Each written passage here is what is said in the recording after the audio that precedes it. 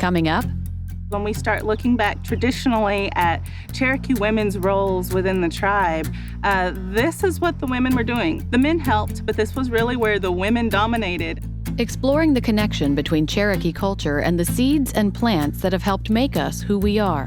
And we ride along with Sheriff's Deputy Kimber Take in pursuit of a childhood dream to one day serve and protect. Drive around all night and, chase bad guys in foot pursuits. No one else gets to do that kind of stuff. Plus, Knokovtee Scott leaves behind a shell carving legacy and a renewed appreciation for an ancient art form in the Cherokee Nation. When I cut a shell apart, I try to use everything. And we learn about Red Clay, the last capital of the original Cherokee Nation, and the tireless efforts our leaders made to try and stave off Indian removal. One of the things that they're arguing over is whether the nation can exist in a geography that is not the old nation. The Cherokees. A thriving American Indian tribe. Our history. Our culture. Our people. Our future. The principles of a historic nation. Sewn into the fabric of a modern world. Hundreds of thousands strong. Learning. Growing. Succeeding. And steadfast. In the past, we have persevered through struggle. But the future is ours to write. Osiyo. Osiyo. Osiyo. These are the voices of the Cherokee people.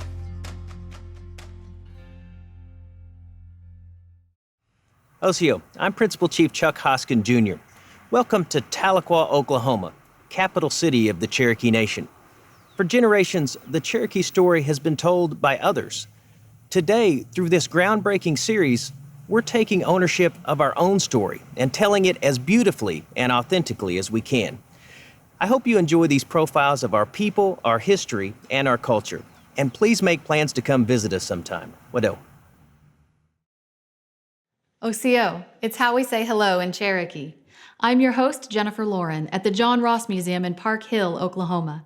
Here you can learn more about former Principal Chief John Ross and his hard-fought battle against Indian removal. We'll have more on that coming up a little bit later in our Cherokee Almanac. But first, as a cultural biologist for the Cherokee Nation, Feather Smith-Trevino preserves some of our tribe's most sacred and important plants. She hopes the work she's doing now will plant the seeds of hope for future generations.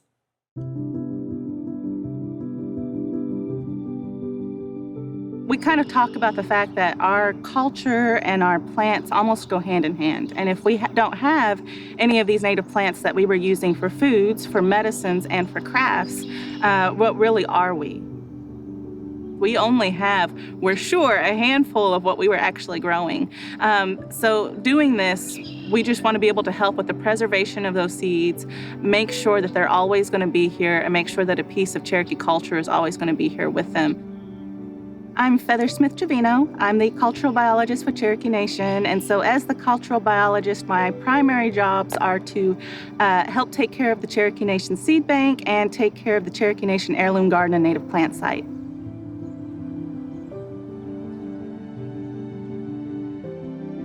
The native plant site, when we talk about that, it's really referring to the plants that were either native to Oklahoma or are native to the Southeast. When we talk about our heirloom gardens, we're talking about our crops. So we're talking about the corn, the beans, squash, gourds, things that were specifically grown in the garden setting that we had to grow, that we had to cultivate. When we start looking back traditionally at Cherokee women's roles within the tribe, this is what the women were doing. You know, women were out there every day. They were taking care of those crops. They were the ones planting, they were harvesting. The men helped, but this was really where the women dominated. Cherokees as a people, we were a stationary tribe because we were an agricultural tribe. So our growing of our plants and the growing of our gardens, it dictated everything in our lives. And that's even when you start looking at our ceremonies, our important holidays throughout the year, they all kind of center around planting. Having the women in charge of that role really just shows how important women were in our culture. So it does, it brings a sense of pride being out here.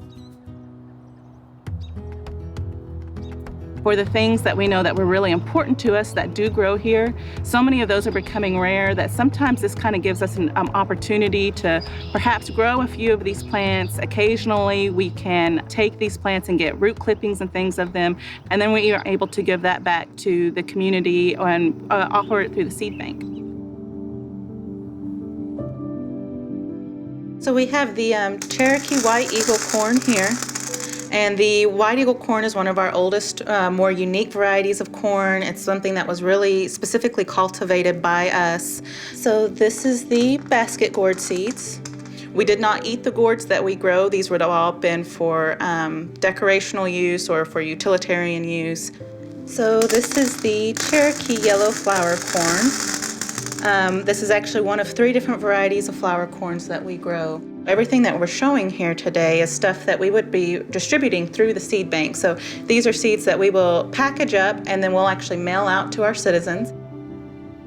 And this is our jola, our native tobacco. The tobacco that we grow is not smoking tobacco. This is about 9 to 10 times stronger than smoking tobacco in nicotine content. It's meant for ceremonial purposes. It's meant to be used as a medicine type tobacco. We have plants that a lot of our elders have had conversations about, saying, I can remember going out and I can remember gathering this plant with my grandparents when I was a child, but I can't find it anymore. And they kind of think it's just a matter of it's becoming rare or they're misidentifying. But when we actually get out and we get to doing the research, none of the books or anything say to expect it here, and we can't find it here. The Medicine Keepers was a group that was sort of started as a way of getting a group of our elders together who spoke the language and who could remember the plants. So it was just a way to make sure that some of that knowledge wasn't lost. Pat Gwynn and Clint Carroll were really the ones who sort of got that started.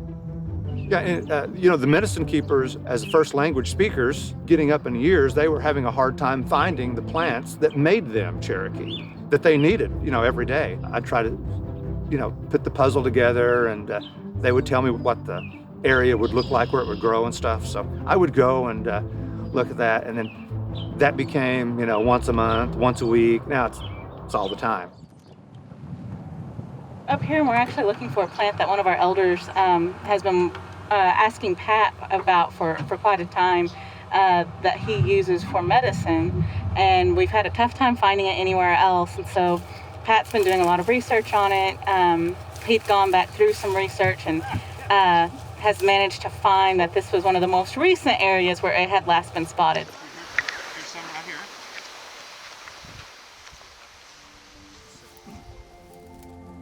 We've been searching for this for almost 10 years, looking through old Oklahoma University biosurvey records. There were 2 or 3 records in the Cherokee Nation back from pre-Dust Bowl and during the Dust Bowl. Nothing since then.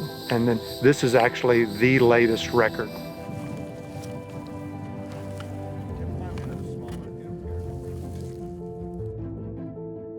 Everything is sort of interconnected with Cherokees. Part of what is so important for us, as we've already stated, you can't be Cherokee without our language. We can't be Cherokee without our plants. We can't be Cherokee without our medicine. It was really important for us to preserve these not only for Cherokee people, it was important to have these for our next generations and for the current generation. Just being specifically in this position, it's an excitement of that I'm always learning. I'm learning a lot about my culture, I'm learning a lot about these plant uses. So there's so much that I've just learned in the few years that I've been here, and it seems like it's just constant incoming knowledge. Personally, being Cherokee it's everything. I don't think a lot of times that we tend to realize, and I don't think growing up that I always realized how ingrained my personality and so much of how I think and who I am really came from being Cherokee. Anything that I even do day to day, I get to realizing that this really kind of comes back from those old cultures, those old traditions. This is part of being Cherokee.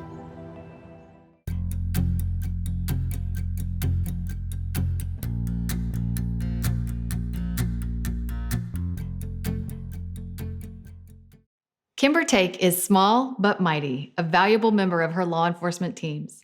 But Kimber is also a caretaker, providing essential support services for her team members.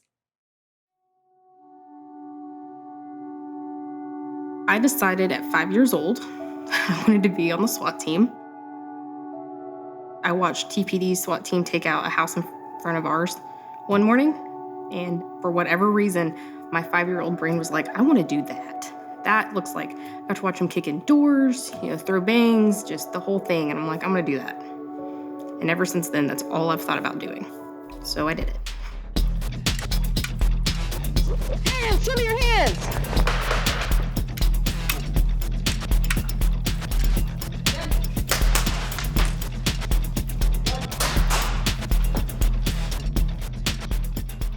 My name is Kimber. I am a deputy with the Tulsa County Sheriff's Office. I'm also a SWAT operator. I'm on the dignitary protection team and a team lead for peer support. I also am one of the co-founders and operators of a nonprofit called Warrior Kind.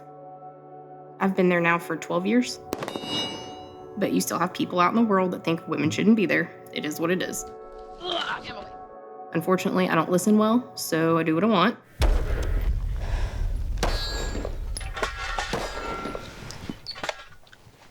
Ta-da! Being a sheriff's deputy is just mass amounts of everything. You have to be in shape, you have to think on your feet, long-term and short-term at the same time in a situation. I can't prove that either. Go home, hang out with the dogs, sleep, go to work, and then go to the gym. And that's about all I have time for. I work evening shift patrol, which means I work from 3:30 to midnight. I usually get off later than that. All the fun stuff happens on evening shift. If you're gonna act crazy, get in a car chase, or do something stupid, there's a good chance you're doing it at night. We have squad meeting at 3:30, and then usually for evenings, the calls start in squad meeting. It's hit the ground running at 3:30 till 1 or 2 in the morning. I live in the gym. It's my favorite place. It's where I de-stress. It's where I kind of get all my aggression out. Well, why do you go to the gym every day? Well, because you outweigh me by 120 pounds, and if I need to get you out of somewhere, I should probably be ready to do that. No matter what happens, you're ready to save yourself or save your partner. We actually have a lot of Native employees at the Sheriff's Office, and I have noticed certain areas of the county that we work in, we still have protected property where we can't respond. And we still have a lot of Native communities. Out north, we have all the Cherokee Nation properties. Out south, we have mostly Creek Nation. But I have noticed that even especially with our elder people, they don't want to talk to someone that doesn't look like one of them. It happens. You'll have someone walk up and they're like, no, I don't want to talk to you. I can come into a scene and it's a different story. And it's a culture issue, which is great. I'm 100% for it. I'll be more than happy to step in and help. Also, I like to use my position and what I'm able to do at work to help with the murdered and missing Indigenous women movement, because it does happen here. It happens here a lot. It's one of those things where I'm in a position right now working patrol. I can talk to people. I can ped check people. If you look 12 years old and out of place, what are you doing out in the middle of the night? Who are you with? Who's this person? Are you supposed to be with this person? Those are things that I can do at work that maybe someone just wanting to help can't do. I get to do things and see things that people only dream about getting to do. There's always a caveat to whatever we're doing. And the hard part is that a lot of times the people involved don't have the ability or don't know ways to deal with what they're going through. Being a paramedic, being a firefighter, any of those jobs are things that if you don't try to talk through some of these things, you're just gonna take them home with you. And then what do? You take it out on your spouse, take it out on your kids, whether you realize it or not. How's he doing? I mean, studies show and prove that just talking about something helps you process what happened and put it in the back. That way it's not up front and you're not constantly thinking about it and you're not gonna have nightmares about it. Maybe your brain can process it a little bit better. So we decided on Warrior Kind, decided that we would just start slow. Let's just start letting people know we're there. Like there's someone to talk to you. We became a registered nonprofit and we're raising money. So with law enforcement and in mental health, there's a tremendous stigma, which is where our peer support program at work comes in really well. We spent the last 2 years really trying to show people that, hey, you can come tell us what's going on and we can help you get somewhere to deal with it and no one has to know. But the big thing with Warrior Kind is making sure that people realize that not only are there resources available, you can get help, but there's also people there that'll help you get there without adding that extra stress on top of everything you're already dealing with. When you actually have someone come out and say, hey, you were at my house last week and you helped me, that's a big deal.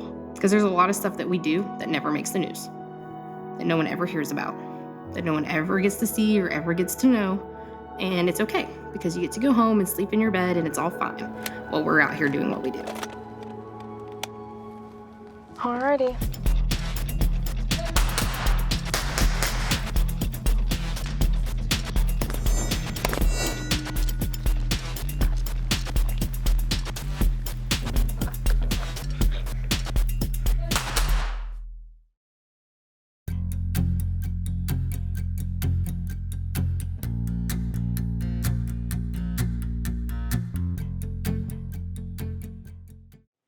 Red Clay was the last capital of the Cherokee Nation prior to our forced removal from our homelands. In this Cherokee Almanac, we learn about the struggle and heartbreak tied to that land.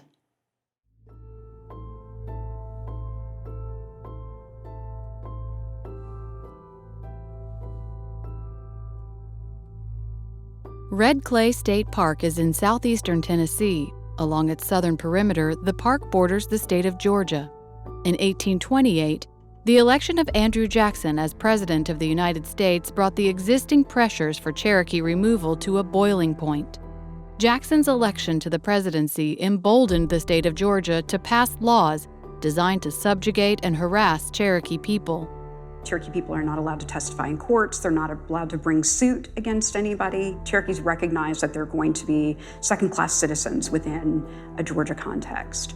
These Georgia laws also forbid Cherokees from meeting in groups of 3 or more, essentially outlawing meetings of the Cherokee National Council at the Cherokee capital of New Echota. So council was moved across state lines into Alabama, held once in 1831 at a site in Chattooga. But it wasn't a central enough location, so they came here to Red Clay in 1832. It was just across the Tennessee-Georgia state line, so they were not violating Georgia law, and the council spring was large enough to support thousands of people. Principal Chief John Ross and the Cherokee National Council worked through the most trying time in Cherokee history while at Red Clay. They fought legal battles and debated the best ways to combat the looming threat of removal. 11 Cherokee General Council sessions were held at Red Clay between 1832 and 1837. There were 91 buildings in the surrounding area, and council sessions drew thousands of Cherokee people, eager to know what the future would hold. By the 1830s, Cherokee leadership is beginning to be divided over the way forward in removal. John Ross, supported by what's considered the National Party, are adamantly fighting against removal.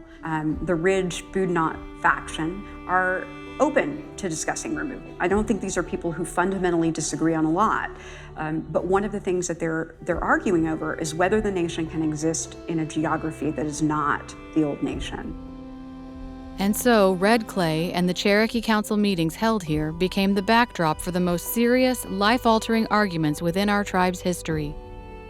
But the arguing stopped when Ridge and a small faction of his supporters left Red Clay, retreated back to Georgia, and signed the notorious Treaty of New Echota, which would ultimately solidify Cherokee removal.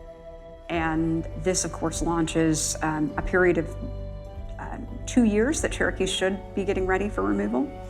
And John Ross continues resisting. This is a moment of increasing violence within the nation, too, that there is increasing hostility between these parties. This is also a foreshadowing of even more violence post-removal. A small faction of Cherokees voluntarily removed themselves to the west, while the remainder of the nation continued to meet regularly at Red Clay. The last Cherokee National Council meeting held at Red Clay took place in the fall of 1837. Shortly thereafter, Red Clay became a concentration camp. In late May 1838, the Army came in and started rounding the Cherokee up. There were approximately 2,000 people held here at Red Clay for possibly 2.5 months or so. In fact, General Winfield Scott said that they were to be concentrated here. Despite the hard work accomplished by Cherokee leaders at Red Clay and the opposition of the overwhelming majority of Cherokee people, removal comes all the same. Jaleki Idiwanihi. Let's talk Cherokee. Osiyo I am talking. Jiwani. I am talking. Jiwani. Two of us are talking. Oshjiwani. Two of us are talking. Oshjiwani. A group of us are talking.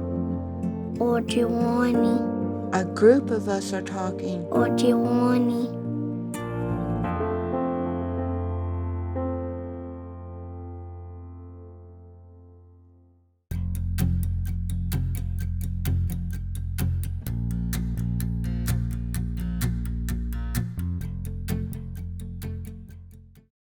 Knokovtee Scott was the most influential Cherokee shell carver in recent history. We were lucky enough to spend time with Knokovtee before he passed away, along with countless students whom he taught over several decades.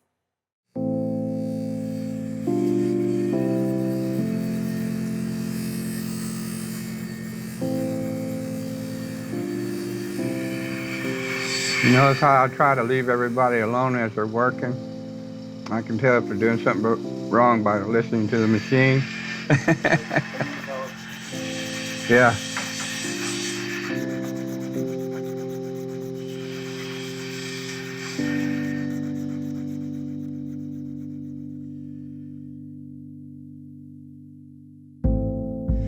But these are all native shell to the local lakes and rivers here in Oklahoma.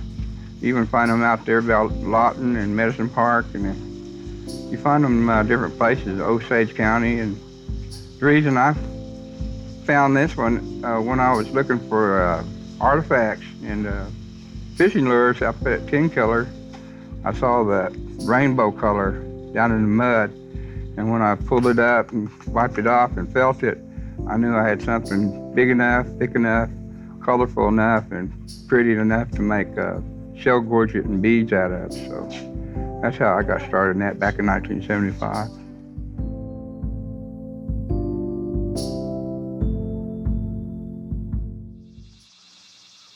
As an artist, I'm looking for a direction. I've gained that direction from my heritage and from nature and those things that are around me.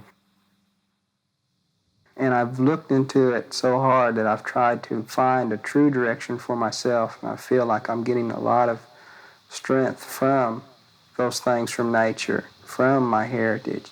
And I think this is what's helping me continue on and try to put all this into shell work and to keep up this work.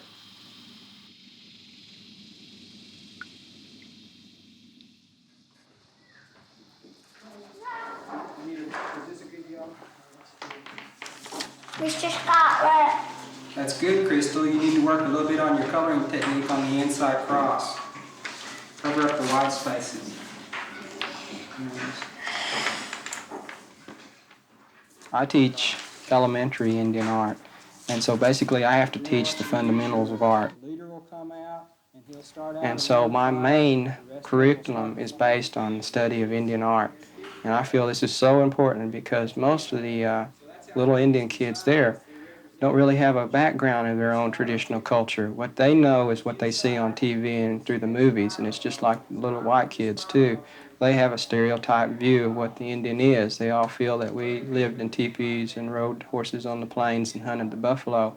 And so I'm trying to teach more about our traditional culture of the southeastern Indian woodland period. It came over like this and then was attached to it down here.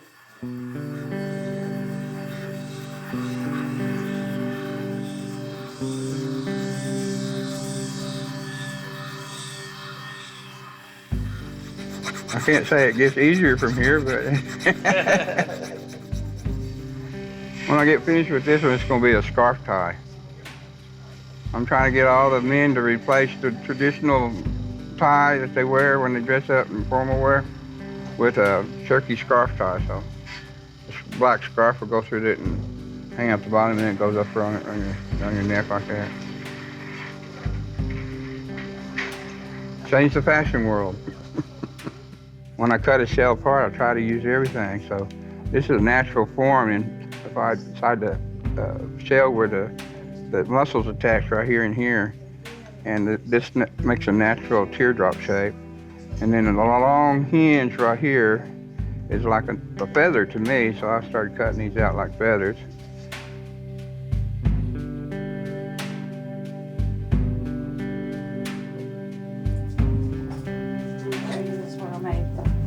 This is my chain that I'm going to put on here, and then I put those little beads on there that I had before. And this is the way I'm going to hang it like that. Oh, great, yeah. Did you decide what color you want to paint that? I thought I'd do the wine color or the maroon or whatever color that is. Yeah, because I like that color. Yeah. And you made this chain? Yeah. We did a good job. Yeah, there's essentially 7 steps to the shell work. The most important step is the first step, finding the right shell for the job you're going to do. Then the second one is to lay it out and cut it. Third step is to grind it into shape. Then you want to sand it a little bit.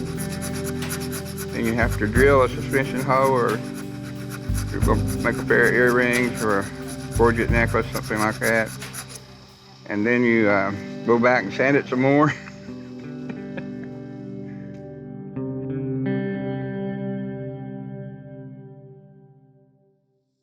I was taught that if something good exists, it never dies. It's always there, and it just needs to be, I guess, stumbled upon again or rewoken. That it's never ceased to exist. It's still there. And this is what I feel about the shell work, is that it's never really ceased. It's always been there. And maybe this was one way that the old Indian people felt that they could communicate with us here in the future. And here the Indian people have been doing this for the last 2,000 years, so now it's kind of come full turn, and everybody's starting to look at these things again and realizing the design importance and the impact that it has. Even though they are very, very old, they've never lost their vitality or their freshness. They have so much strength and so much power to them that sometimes in the art world, you want to incorporate that into your work somehow to give that strength, to capture that. And so that's what I've been trying to do, is to continue that on and to capture that strength and vitality. And maybe if other people can see this, they can feel it too.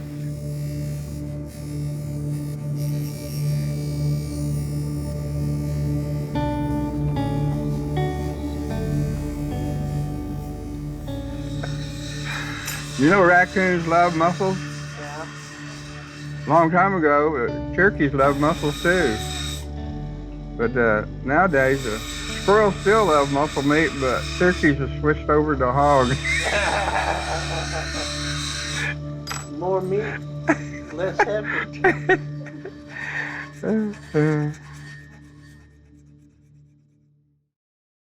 Hoa. We hope you enjoyed our show, and remember, you can always watch entire episodes and share your favorite stories online at Osiyo.tv. There is no Cherokee word for goodbye because we know we'll see you again. We say, Dodadago Ha'i. Wado.